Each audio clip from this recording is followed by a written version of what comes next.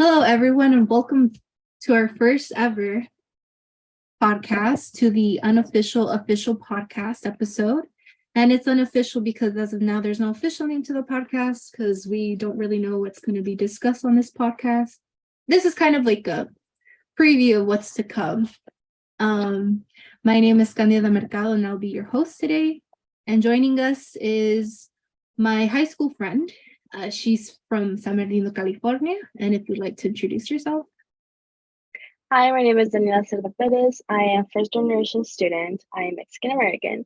And like Candida previously mentioned, I'm from San Bernardino, California. ¿Estás nerviosa? Are you nervous? A little. A little? Just a little, okay. yeah. This is going to be a casual conversation about a very deep topic. And honestly, something that shaped us in a very interesting way, because we're interesting people, I'd say. Yeah, we're interesting people. But we're going to be talking about our Chicana experience in San Bernardino, California, because it's a very unique city, I'd say. It's not a very... It's a big city, but a very connected city. It's not too big where you kind of have everyone in their own world, but it's big enough where it's still a big city. So if you'd like to start off with how you ended up in SB, because it's different to how I ended up, but if you'd like to start. Okay, so I've been here for about, now would be 10 years. But prior to being here, I lived in Oregon, different parts of California, Arkansas, and as well as Mexico. I actually lived in Mexico for 7 years. But I ended up here, and I've been here for specifically just in San Bernardino, 10 years. Because I moved to SB in 2010. I was born and raised in Paramount, California. But in 2010, I moved to San Bernardino, California, and I was there until 2021, until I moved up here to the Bay Area for school.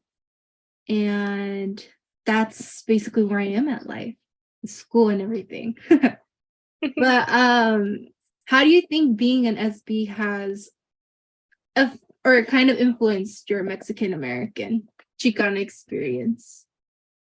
I will say that SB has a very large population of Mexicans. Everywhere you go, if you go into a store, if you go into an office, there's probably going to be someone that speaks Spanish. It's very common. There's a lot of Mexican supermarkets, whether they're big branded or maybe like small local stores. There's always Mexican food all around you. You see people, vendors outside in the corner selling fruit, selling elotes, selling roses. There's always that Mexican culture present, or someone that is Mexican. And even then, there's a lot of... Go ahead, sorry. Go ahead. It's okay. And even then, there's a lot of population here that don't even speak English. It's only Spanish. Would you say that being an SB has helped you still be connected to your Mexican culture? Definitely. Yes. Because you've been to Mexico, so I don't know how that kind of... Because you see, I've only known SB. Like, I haven't really explored Mexico. I've been once because you took me to Rosarito. But even then, I think I still face that imposter syndrome of being too white to be Mexican, but being too Mexican to be white. So how do you think having lived in Mexico and then going to a place that I feel like is like Mexico has kind of affected that? So there's a very large difference between here, like the culture that we have experienced here in San Bernardino, and the culture in Mexico. It's similar in a lot of ways, but it's still Americanized. And like you're saying, you feel like you have imposter syndrome when you go to Mexico. But let me tell you this, even though I lived there for so long, I still get that as well. Because I've been here for so long that when I go back, it's, oh, she's from the US. Ella es del norte. Why? Because my accent has changed. Not only that, so I guess speeching patterns, everything has changed for me, as well as I don't recall most of the I forgot how to say it, like I guess new terms. So for example, like street talking, I don't recall that. I'm very formal but with the way that I talk now. By the way that I speak Spanish, yes, I'm still from El Rancho. I still speak like I'm from El Rancho, but you can still tell that I'm not that I'm, I haven't been there for a long time. So when I'm here, if I speak Spanish, everyone, oh, you speak Spanish so well, and everyone thinks, oh yeah, she knows what she's saying. She understands everything. Like because I am proficient in Spanish, but when I go back, is I'm missing the accent. I'm missing part of the culture, new terms. Sometimes they say something. It's Spanish is very moldable. So you can speak Spanish, like fluent Spanish, without saying many formal wordings. So sometimes it's a little bit hard for me to understand them. Not only that, when people notice that I'm not from there because of my accent, they're like, oh, she's not from here. So she's not. So it's, I still get that, even though I have lived there and it's been approximately 10 years since I last was there. I still get that syndrome. I still see, oh, you're not Mexican enough. Or when I'm here, I don't feel like, oh, you're American enough. And it's very similar. We share that experience as well. But yes, they're in different levels, but I still get to experience that. Mhm. And I think an interesting experience in SB is how you were mentioning how there is this big Mexican and specifically also Mexican American culture that kind of doesn't make us feel out of place because there's other people to relate to. So when I moved to the Bay Area, it was interesting to kind of have to be forced to look for my community or trying to esforzarme to speak my Spanish or keep practicing it and just trying to find something similar to that. So I think SB in that sense, I felt very connected to my culture and very much kind of comfortable because I've always I moved here or even when in Mexico, I felt very much connected to my culture. But then how you were mentioning, like you go to Mexico, that one day I was there, I was just like, nope. Let me just call myself like, yep, I no, very, very different. But Yeah, it's very different. I would say I experienced Borderlands in a very much, or it's kind of what you go through, but you do it in a very much physical process because you're going back and forth.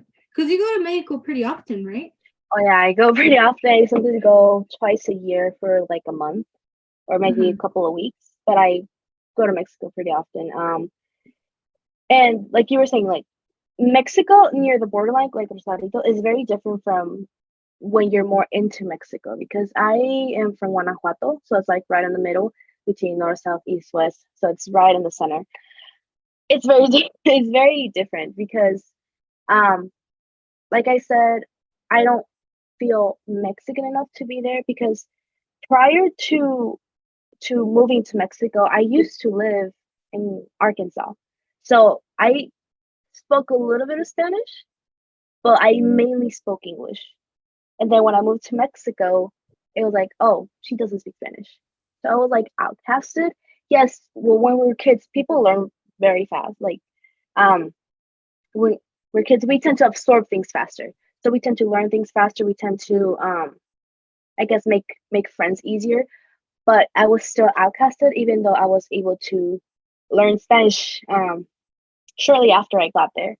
Um, but after that, I just connected with the people. I was very comfortable with them, and I ended up forgetting English because I was so young. And then when I came back here, I didn't speak English at all. I only spoke Spanish. because I was already older. And yes, it took me a couple of years to learn English. It took me 3 years to be at a proficient level. Uh, that's when I met you. Yes. When That's I when was I in met high you. school. High school? And yeah, and I went through something very similar. So it was, oh, you're not American enough. You speak Spanish. You so I felt outcasted again. And for example, I was moving very often, even though it was still in California. I was moving from place to place, and I just had to adapt. It was I in 1 year I moved from 4 or 5 different schools. Um, but then I ended up being here. High school was much more stable. Um, but yeah, it's a very different experience, very difficult. When You you're could say. learning to speak Spanish in Mexico, how did you think your community kind of supported you in that? Or did they support you in that? Like, did you face any type of, because in people's eyes, how we say it's like, tienes el nopal en la frente. Yes. I'm not expected to speak Spanish. So isn't that pressure for me? Because I recognize my white privilege. I was wondering for you if there was some type of. So colorism is a big thing in Mexico. I am on the darker side. Very dark. But it's just the light on by the window. But so when I was learning Spanish, so people tend to be very outspoken, at least where I'm from. And they're like, oh, tiene el nopal en la frente y no habla en español. O tiene la bandera mexicana. Oh, I'm actually half indigenous. So yeah, I'm Mexican. I'm very Mexican. So people would just look at me, how can you not speak Spanish? Your parents speak Spanish? But yeah, even though I was small and my parents spoke Spanish, I was in school. So I was surrounded by English. I would get home, speak to my brother. He only speaks he doesn't only speak English, but he would speak English to me. So it was hard for me to adapt, but it wasn't as hard as when I got here to learn English again. But yeah, And how is I was criticized a lot by because I didn't speak Spanish and I look very Mexican. and I can't imagine being kind of discriminated against by your own people, like tu familia, tu cultura, and then and how is going to SB and learning English? Was that kind of the similar experience where you kind of were like, you don't speak English? Like what? So for a long time, I didn't really speak. So I was more like, I was very shy, very quiet, because I didn't want to go through that same experience again. So I learned how to write and how to read fairly easy. It was more about me having that accent and people realizing, oh, she doesn't have enough vocabulary. She doesn't know how to pronounce this right. She has a very thick accent. Eventually, I was able to get over that, but it was. I guess I just tried to protect myself and like build that barrier, that shield. Um, some of my teachers didn't really even know that I didn't speak English, because they just thought I was shy because I already knew how to read and how to write. I was doing my homework. I was doing everything. I just wouldn't speak. Yeah, but that experience kind of made me want to shield myself from it. And how do you think being Chicana in SB and first generation kind of also influenced that experience? So being Chicana in Sarnia, I guess, at least in my experience while I was in school, I felt, well, most of our school were Mexicans. Let's put that out there. Like from close to 80 to 90% were Mexicans. I met more other different I met other people, more different Latinos up here than in SB. Like I was like, oh, okay, like I'm learning more about La Comunidad, and that's really nice. But in SB, yes, it's very much Mexicans.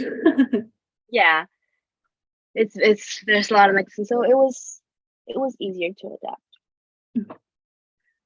I would say, I don't know if it's the same for you, but SB, I think, reinforced a lot of the cultural things that our Mexican culture holds us back from. For example, SB, a lot of the folks who were born in aren't born in SB, stay in SB. There isn't a lot of people leaving SB or anything. And I felt that affected the way how my parents were kind of the same way, especially as a woman. I wasn't expected to kind of go after more than marriage. And I think I was in a very unique position where, although my parents didn't impose marriage on me, it was very much like, you don't leave the house. You're very much SB. You only do school and that's it. But even then, it wasn't expecting me to go beyond high school. And it took a lot you're navigating your own world. Like Borderlands, you're between two different worlds, right?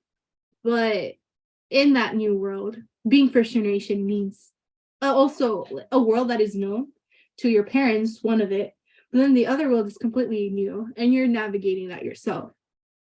So I think SB, although it was a very comfort spot in a place where I think helped me stay connected with my culture, and I think it also held a lot of folks back, and also made me have to fight more to kind of go and venture out for myself, because it reinforced a lot of cultural expectations that our culture already gives us. So I don't know if you kind of agree on that or not. Oh, I definitely agree with that. So, like you said, I was raised in a very cultural household. So it was hard. We both moved out of our homes at some point to seek higher education, and at least in my experience, it was very hard for my parents to accept that I wanted to move out, because, like you said, it's just like in your experience, my parents thought that the only way I would move out was if I got married. Like you said, they don't impose marriage on me, but it's very hard for them to get used to, like you said, a new world, because we don't have those that support for us to navigate this new world, because we have to navigate it by ourselves. We are learning at the same time they are learning. Although my parents are very supportive of what I do, it was very hard for them to accept that my experience is going to be different from theirs. That I wanted to seek higher education, that I wanted to move out, that I wanted to live by myself, alone, not close from them, couple hours away. Couple hours away. Yeah, and it was very difficult for them. It took me 2 years to convince them. Ever since I was in high school, I slowly started to tell them, hey, that's how you do it. You see that idea of like, I'm leaving. Yeah. I remember, and then I remember there was this intense moment with my dad where he was like, why don't you, because we in SB, there's a Cal State San Bernardino, right? Yes. He's like, why don't you just go to SB? And I was just like, I'm not gonna go there. He's like, why? Because I don't want to. And it was an intense moment, and that I felt there was a misunderstanding, right? Definite not misunderstanding, but just we weren't able to understand each other. And he just responded with a very cold, haz lo que te dé la gana, like, I don't care, kind of. He said, haz lo que te da la pincha gana. Like, it was a very cold, like, okay, just whatever. I'm not responsible, like, whatever. But now that I'm gotten older and I kind of reflect in that moment, I'm just like, yeah, imagine I'm challenging what he believes in. I'm challenging that idea of what role he wants me to play. And it obviously is going to be uncomfortable, not something that you want your child to do, but it's something that I think that's kind of, as I've gotten older and looked back in that process, I'm in a place where I could look back on it. And as I kind of understand what Chicana means to me now, because it's still a learning process. I still can't define like what being Chicana means to me, but I'm learning that. I'm discovering that for myself and connecting culture into it and trying to intertwine that into the decisions I make. So how do you think we're both first generation, we're both pursuing higher education. Your parents kind of reacted to Yes. that, or like how culture kind of maybe held you back for certain stuff. So in my experience, like I said, like I previously mentioned, it took me about 2 years to convince them. Since I was in high school, I started telling them slowly, hey, after high school, Is the gonna go to college. manipulation? I'm gonna I'm gonna start, I'm probably gonna move out. It's most likely that I'm gonna move out. At first they would laugh like, huh, really, like they would just take it as a joke, like I wasn't being serious. But then the more I said it, the more like, oh, she's probably gonna do it. But at first they were like, no, you're not doing it. No, and they would like laugh.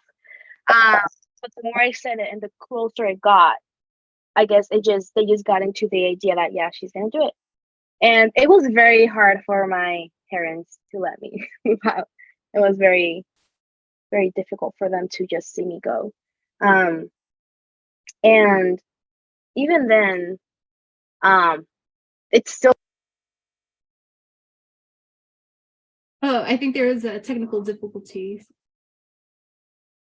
I can't hear you. Habla, please. Let me stop the recording real quick. Sorry about that, everyone. It looks like we have some technical difficulties, but we're back. You left off I looked at the recording and you left off saying your parents didn't want you to leave. You're like, they don't want you to leave home. There you go. Because of school. Yeah, so it was a whole process that I had to go through, just trying to convince them, because just like the same way that I am going out there and experiencing something new, I am breaking something that they were so used to and that they expected me to follow, and me breaking that, I guess, broke their expectations as well.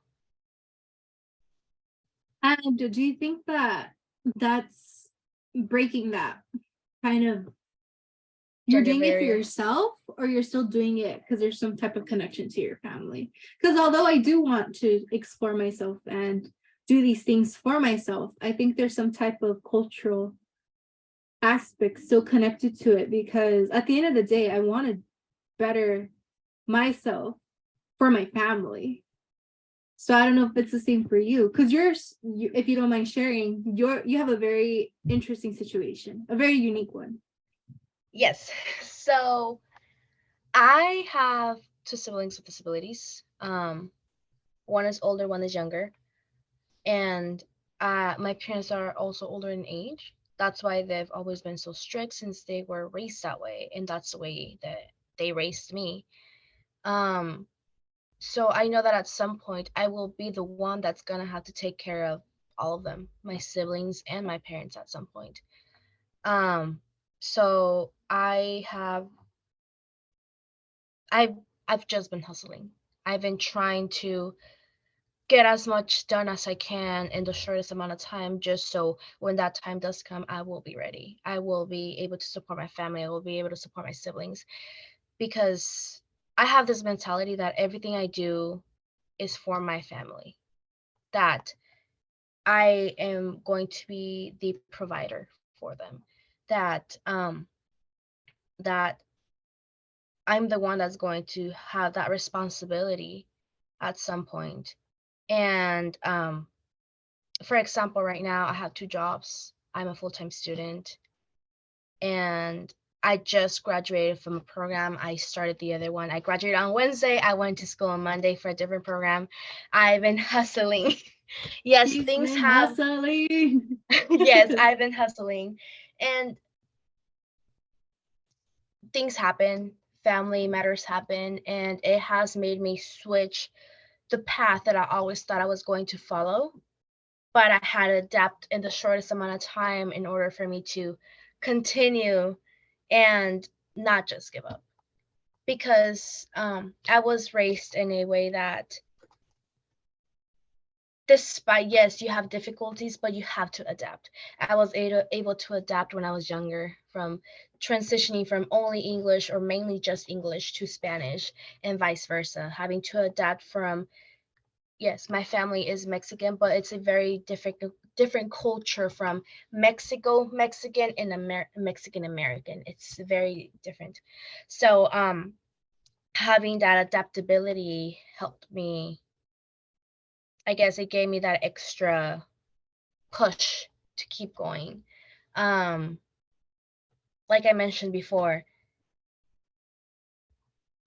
I do a lot of things. I barely have days off. I actually don't have any days off, but I do have days off from one job. If I don't work in one job, I'll work in the other one. I am full time. I'm a full time student. I go from Monday to Friday from 8 a.m. to 5 p.m. And I try to get as much done as possible. I try to take accelerated programs just to finish up. And every time I meet someone, I guess, older that's Mexican, they tell me, "Oh, wow, you do so much." Um, it's like you mentioned, there's a very different thinking. Oh, Mexican that grew up in America and Mexican that grew up in Mexico, because to what I've experienced, yes, there are a lot of Mexican Americans that are very hardworking, but Mexicans from Mexico have that hustling mentality that I need to provide for my family. And I've noticed that most of them, not all of them, I can't generalize, but most of them, their priority is always family. They do things for their family, even if they're breaking down inside, they're still out there, because there is no such thing as mental health in our culture. It's a very taboo topic that we don't talk about. And it, even to me, from my experience, if I feel stressed, if I feel sad, it's very hard for me to tell my parents about it. It's very hard because usually, not at least not that I've experienced, but most people, at least where I live, is ponte a hacer algo para que se te quite. Like, distract yourself by doing something else. Um, we don't receive that mental health help that we should. Um, but it comes along with the culture. It's a very difficult topic to talk about as well. And do you think this kind of prioritizing your family and everything, do you see that as a burden or kind of as a, I don't know what other way you would see it, but as kind of I something you are still striving towards, or you still kind of come to terms with it where you're just like, okay, this is like something I actually want to do, or I don't know how you view that I specifically. think that the way that I was raised has a lot to do with it, but I don't see it as a burden. I see it Mhm. as, yes, I'm helping the people that I love to help them have that better future, which is very similar to the mentality that our parents had when they came here. They left everything that they knew behind. They left their culture, their language, their family, their surroundings, everything to come here, let's say to a new world, like you previously mentioned, just to give us something better. Um, so I don't know your experience. My experience is very different in these terms because my parents, they are no longer working for different circumstances. But prior to that, my parents were working day, night, trying to accommodate. Like, when I was young, dad works full time 6 days a week. Mom, since she was trying to take care of us, she would do part time 6 days a week or 5 days a week, how many hours she could do, just to try to provide for us. And I grew up seeing that. I grew up seeing that in Mexico because labor is not paid well in Mexico, but working and working and working just to be able to provide for your family, that's something that I grew up seeing, and it's something that I guess just subconsciously I started doing. It's not like I think, oh, I have to do, like, it doesn't feel like a burden. It just comes naturally. And I think that growing up seeing that has something to do with it. And do you think us being first generation kind of amplifies that, because we're the first ones to kind of, we're the first ones here, like, do you think that amplifies that? Yes, because we have to put in the extra work of figuring it out by ourselves, because a lot of us don't have that support. My parents didn't know anything about college. I did that by myself. I did everything. Yes, I made some mistakes in the past, but I have learned from those mistakes. I learned that which schools were better for me, and my because I regret making some choices? Yes, I do. But I think that if my parents were a little bit more knowledgeable, they would have been able to help me out. But it's something that I had to learn for myself, and I'm pretty sure that's something that you had to learn by yourself as well, because we didn't have that guidance. We had we had the opposite. So we had, mija, you don't have to do it, because my parents would tell me, si quieres vente para la casa. Si quédate en la casa, mija. No, si no quieres estudiar, no ocupas de estudiar. Because as far as, like, again, I grew up in Mexico. In Mexico, a lot of people don't go to school. At least where I'm from, in my area, in my town, in my region, a lot of people that I went to school, it was just one class. So it was 25 kids all throughout. We rarely had any additions. We rarely had a different class for that same grade. It was the same kids every year. So from elementary to high school, same kids. But the only difference is that from those 25 kids that went to elementary, only 15 went to middle school. Only 4 or 5 went to high school. Only right now, as far as for my class that I started with, only 2 of them are going to college. Only 2 of them are seeking higher education, which is a very small amount. So most of them, after middle school, they got their own families. Otra vez. No. Okay, wait. Okay, sorry. Okay, no, you're good. We're good. We're good? Okay. It was just a second. Okay. So many of them focus on their family, and I guess that ties in with we tend to typically think about our family first. Although I do want to seek higher education. As of now, I don't want a family of my own. I don't want to have kids. That's something that I yes. I just want to be prepared to have kids. I want to be ready. I want to be financially stable. I want to be able to provide for them before having them. If I ever had kids. As of now, like I said, I don't I don't want kids. But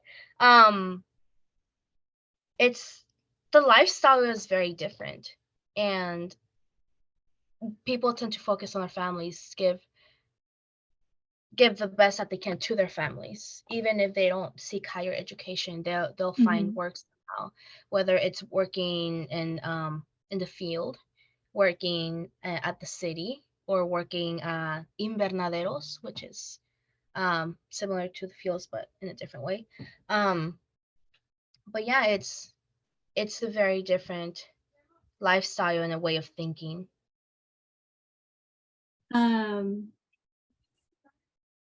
Sorry, I just lost my train of thought.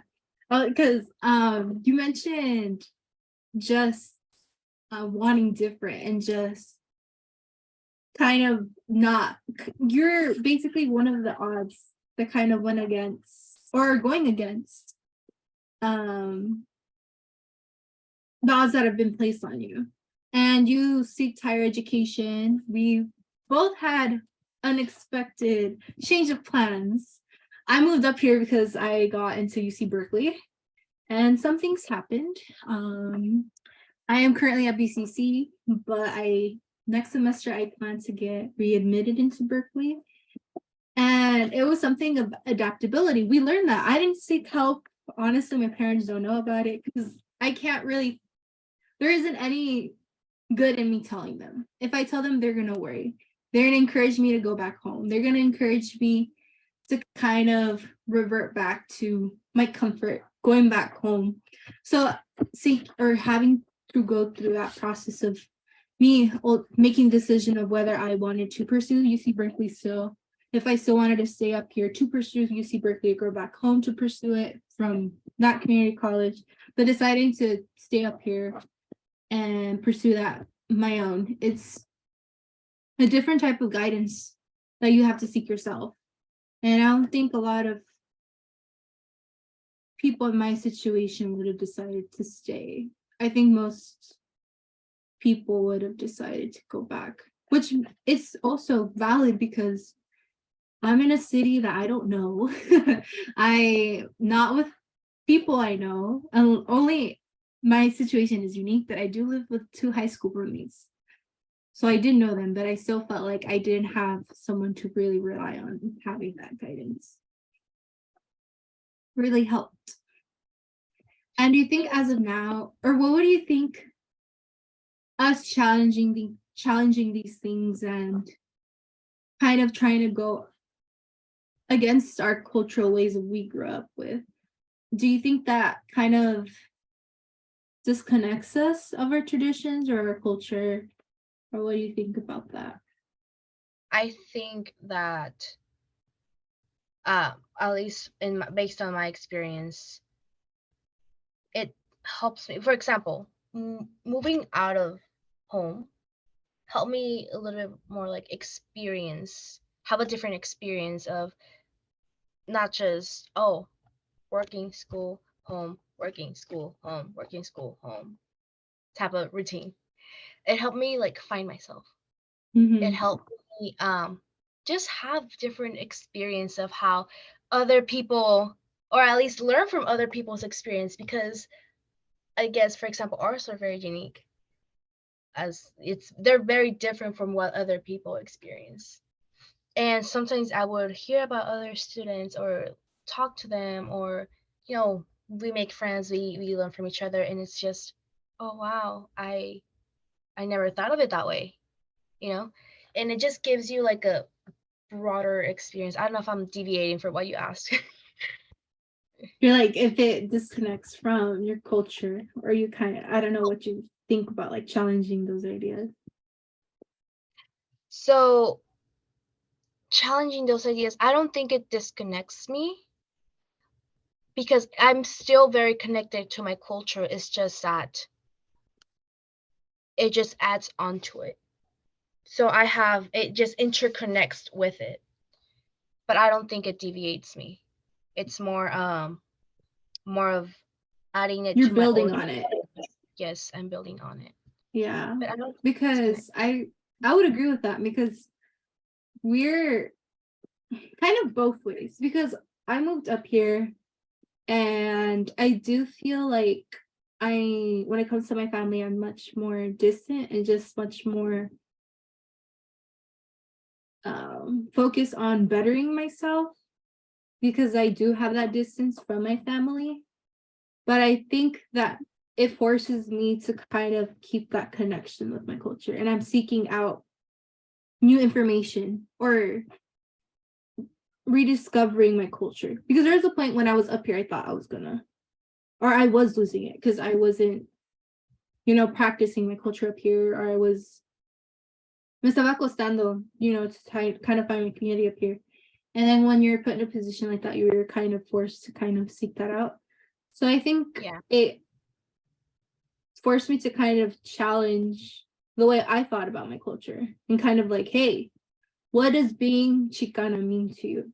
So that's going to be our final question of the interview.